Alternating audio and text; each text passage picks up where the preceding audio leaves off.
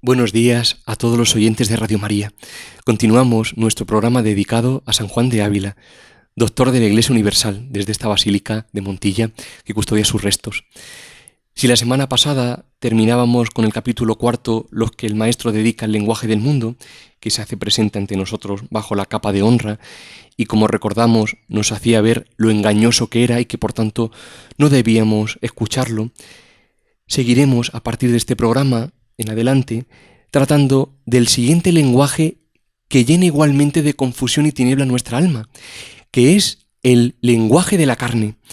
El santo trata de este tema de los capítulos 5 al 17 de la Audifilia, con lo cual vemos que dedica un número considerable.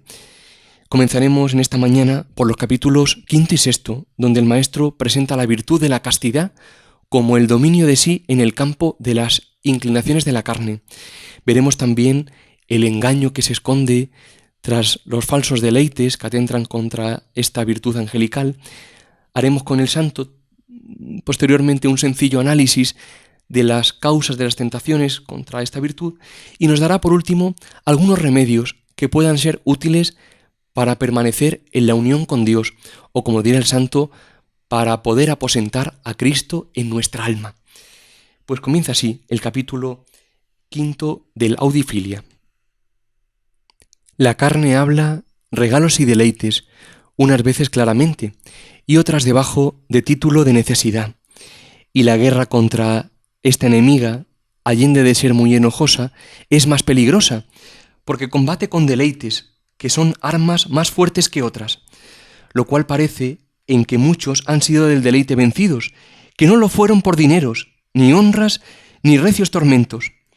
Y no es maravilla, pues es su guerra tan escondida y tan a traición, que es menester mucho aviso para guardarse de ella.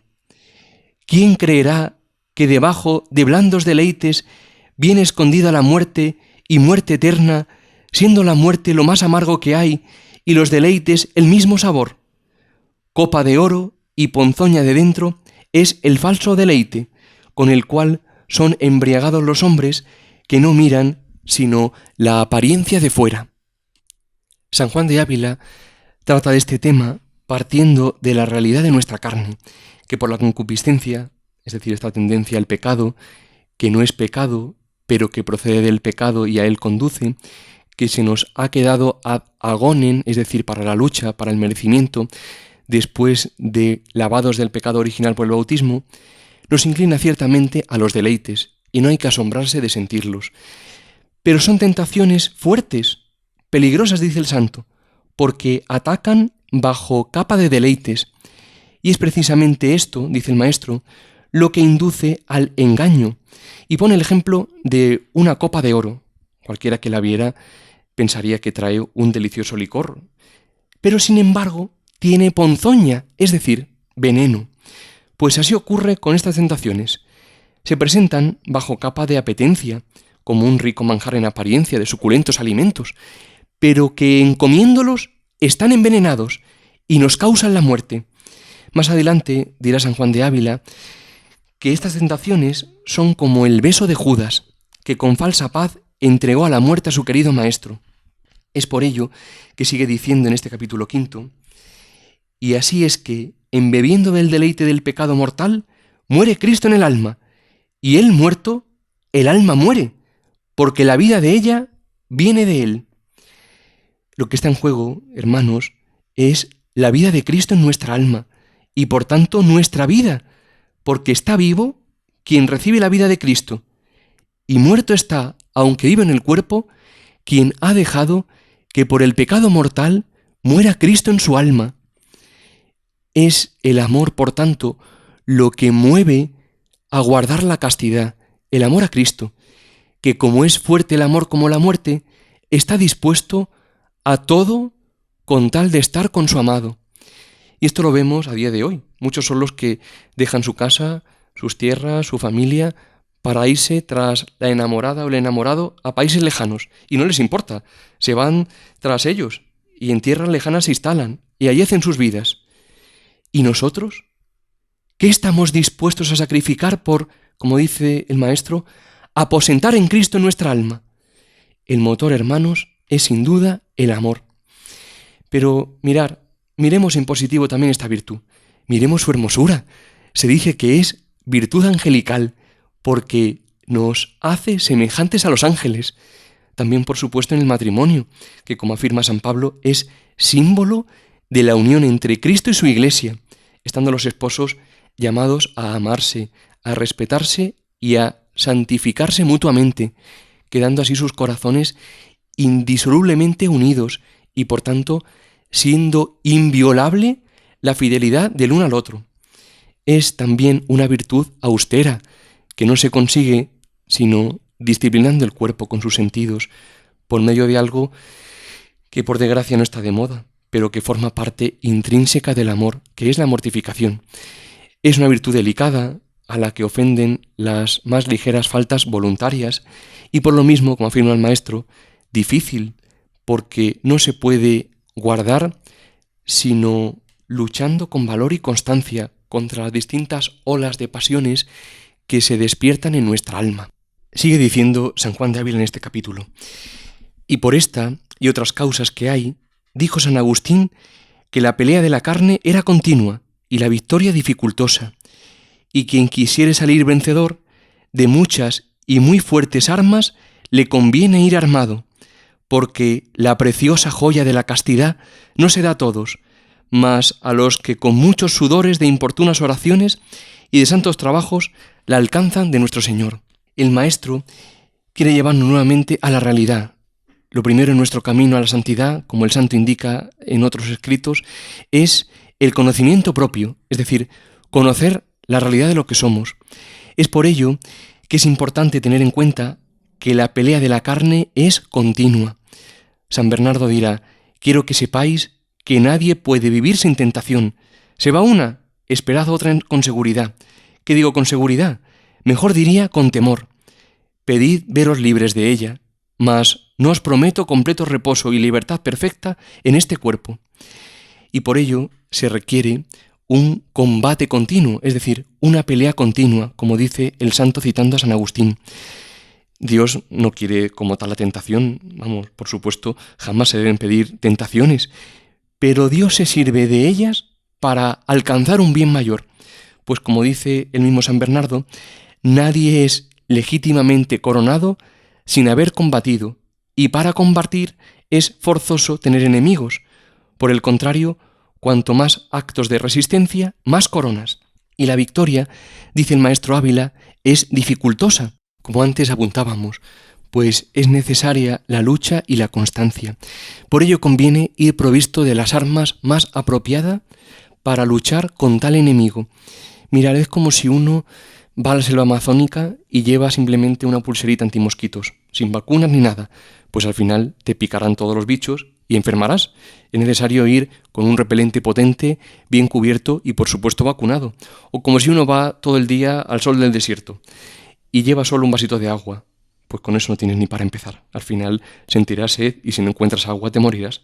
Bien, pues para alcanzar un fin hay que utilizar los medios proporcionados a tal fin. En este caso, resume San Juan de Ávila, que para alcanzar la preciosa joya de la castidad son necesarias dos cosas: importunas oraciones, es decir, orar a tiempo y a destiempo, vivir en presencia de Dios.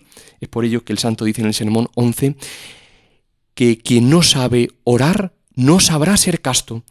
Y segundo, santos trabajos, es decir, la mortificación en sus distintos modos, los que se pueda entender. Continúa escribiendo el santo en este capítulo 5 que ya terminamos para pasar ahora después al 6. Dice así: para estas cosas no se puede dar una regla general que cuadra a todos, pues unos se hallan bien con unos medios y otros no, y lo que daña a uno en su salud, a otro no. Y el tomar en estas cosas el medio que conviene está a cargo del que fuere guía prudente de la persona tentada, habiendo de parte de entre ambos humilde oración al Señor, para que dé en ello su luz. Y pues San Pablo, vaso de escogimiento, no se fía de su carne, mas dice que la castiga y la hace servir, porque predicando él a otros que sean buenos, no sea él hallado malo, cayendo en algún pecado. ¿Cómo pensaremos nosotros que seremos castos sin castigar nuestro cuerpo, pues tenemos menos virtud que él y mayores causas para temer?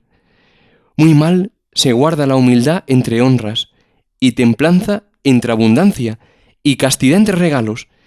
Y si sería digno de escarnio quien quisiese apagar el fuego que arde en su casa, y él mismo le echase leña muy seca, muy más digno de escarnio es quien por una parte desea la castidad, y por otra hinche de manjares y de regalos su carne, y se dé a la ociosidad, porque estas cosas no sólo no apagan el fuego encendido, mas bastan a encenderlo a quien muy apagado lo tuviere.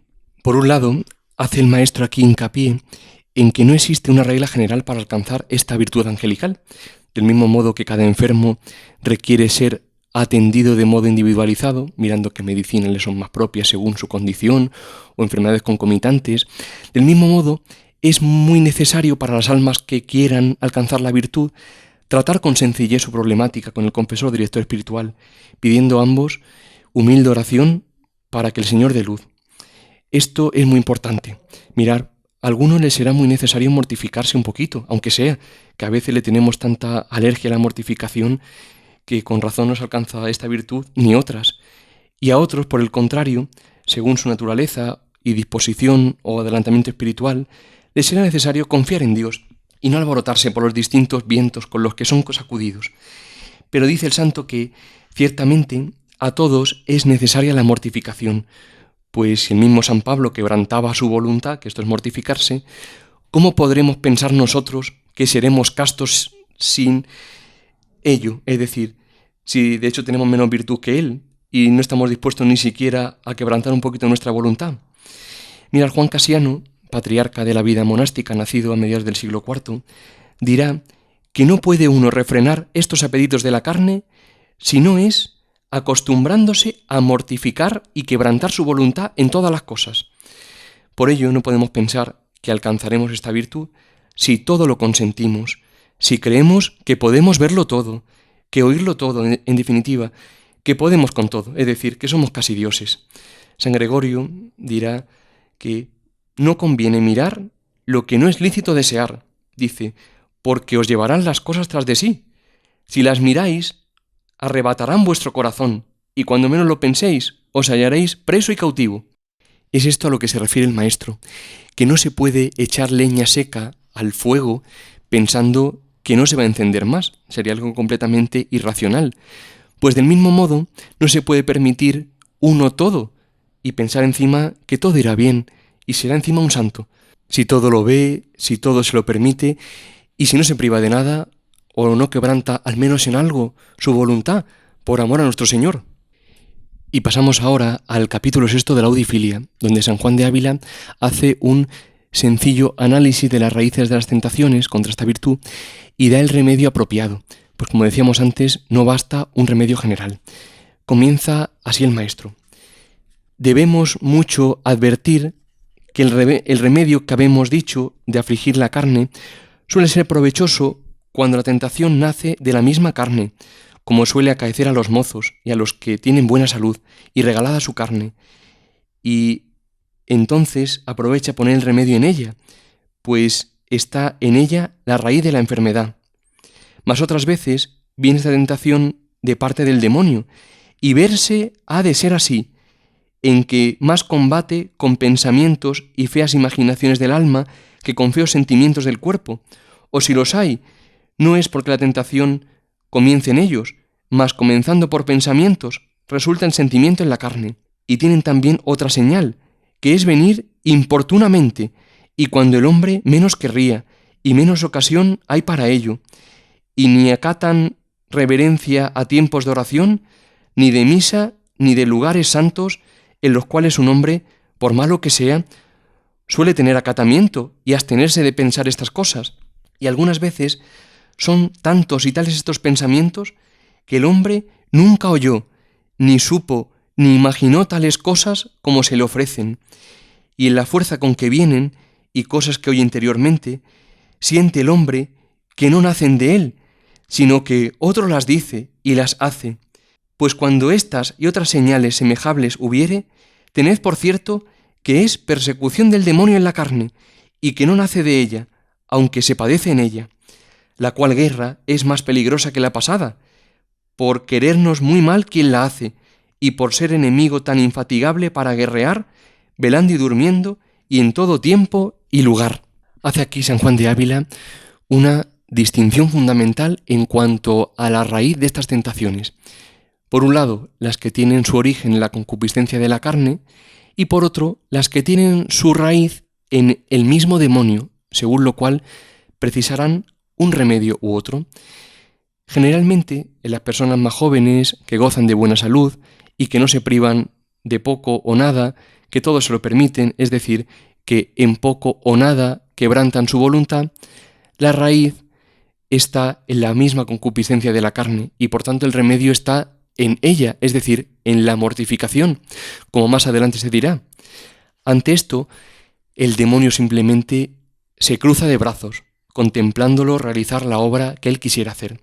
Dicen que un padre del desierto vio al diablo sentado tranquilamente sobre las puertas de la ciudad de Alejandría, mientras que las legiones infernales acometían impetuosamente a los santos en la soledad del desierto o de los monasterios. Pero en otros casos provienen directamente del demonio, y el maestro da unas señales muy luminosas para conocer esto. Primero, que vengan más pensamientos y feas imaginaciones que sentimientos. Y si hay sentimientos, no es porque la tentación comience en ellos, sino porque son consecuencia de los pensamientos. Segundo, que vengan importunamente y cuando menos la persona querría, no entendiendo ni de capilla, ni de oración, ni de lugar sagrado, ni de santa ocupación. Y tercero, que vengan cosas tan horribles que jamás el alma se imaginó. Con lo cual, afirma rotundamente el santo que cuando esto ocurra así, con estas y otras señales semejables, se tenga por cierto que es persecución del demonio en la carne, y que no nace de ella, sino que simplemente se padece en ella, es decir, de forma pasiva. Mirar, esto es como cuando se proyecta una imagen con un proyector sobre una pared blanca. Ciertamente la pared tiene los colores de esa película que se está proyectando, pero la pared queda blanca cuando se apaga el proyector. Pues igual nos ocurre en estos casos. Por tanto, requerirá, como ahora veremos, otro remedio distinto al de las anteriores. Bien, pues terminamos ya con el remedio que el santo propone en este capítulo 6 de la Audifilia. Dice así: y el remedio de este mal es procurar alguna buena ocupación que ponga en cuidado y trabajo, con el cual pueda olvidar aquellas feas imaginaciones. Y a este intento procuró San Jerónimo, según él mismo lo cuenta, de estudiar la lengua hebrea, con mucho trabajo, aunque no sin fruto, y dice: siempre te halle el demonio bien ocupado. Del mismo modo que antes el maestro Ávila hablaba de los daños de la ociosidad, ahora precisamente, en este caso último que hablábamos de las tentaciones que tenían su raíz en el demonio, conviene mucho, dice el santo, procurar alguna buena ocupación para olvidar aquellos feos pensamientos. Y pone el ejemplo de San Jerónimo, que estudió la lengua hebrea, y citándolo a él dice: siempre te halle el demonio bien ocupado. Es decir, invita al santo a no pararse en ellas, más bien a huir, no creyéndose nadie capaz de enfrentarse, es decir, de entrar en diálogo con estas tentaciones y salir vencedor. No, al contrario, huir. Mirad, incluso podríamos decir, a ni siquiera pararse pensando si por la fuerza con que se presentaron ha sucumbido o no el alma. A este particular es muy iluminador lo que escribía San Francisco de Sales a Santa Juana Francisca de Chantal. Dice así: por fuertes que sean las sugestiones del demonio, si esto sucede a pesar vuestro, es decir, de forma pasiva, lejos de manchar vuestra alma, la vuelven más pura y agradable a Dios. Es verdad que una amarga pena se apodera de vosotros en las tentaciones, el temor de haber sucumbido os atormenta y agita, pero ese mismo temor es señal evidente de que conserváis en alto grado el temor de Dios, la voluntad de resistir. Y dice aquí algo que es clave y sumamente importante. Es moralmente imposible que un alma así dispuesta cambie en un momento y preste al pecado mortal pleno y absoluto consentimiento sin que lo advierta con toda claridad. Bien, finalicemos este programa con una frase del santo del Sermón 11 que pueda servir a modo de resumen. Dice así: ¿pensáis que holgando y durmiendo y teniendo el vientre lleno se gana la castidad? No, hermano, que en corporales limpios y de lienzo se aposenta Cristo. Si quieren volver a escuchar este programa, pueden hacerlo como siempre en la sección podcast de www.radiomaria.es y pueden, como siempre, hacernos cualquier indicación al Padre Fernando o a un servidor en el correo electrónico sanjuandeavila@radiomaria.es. Que San Juan de Ávila interceda por nosotros ante el Señor y que busquemos siempre el reino de Dios y su justicia, sabiendo que todo lo demás se nos dará por añadidura. Buenos días, queridos amigos, y que Dios les bendiga.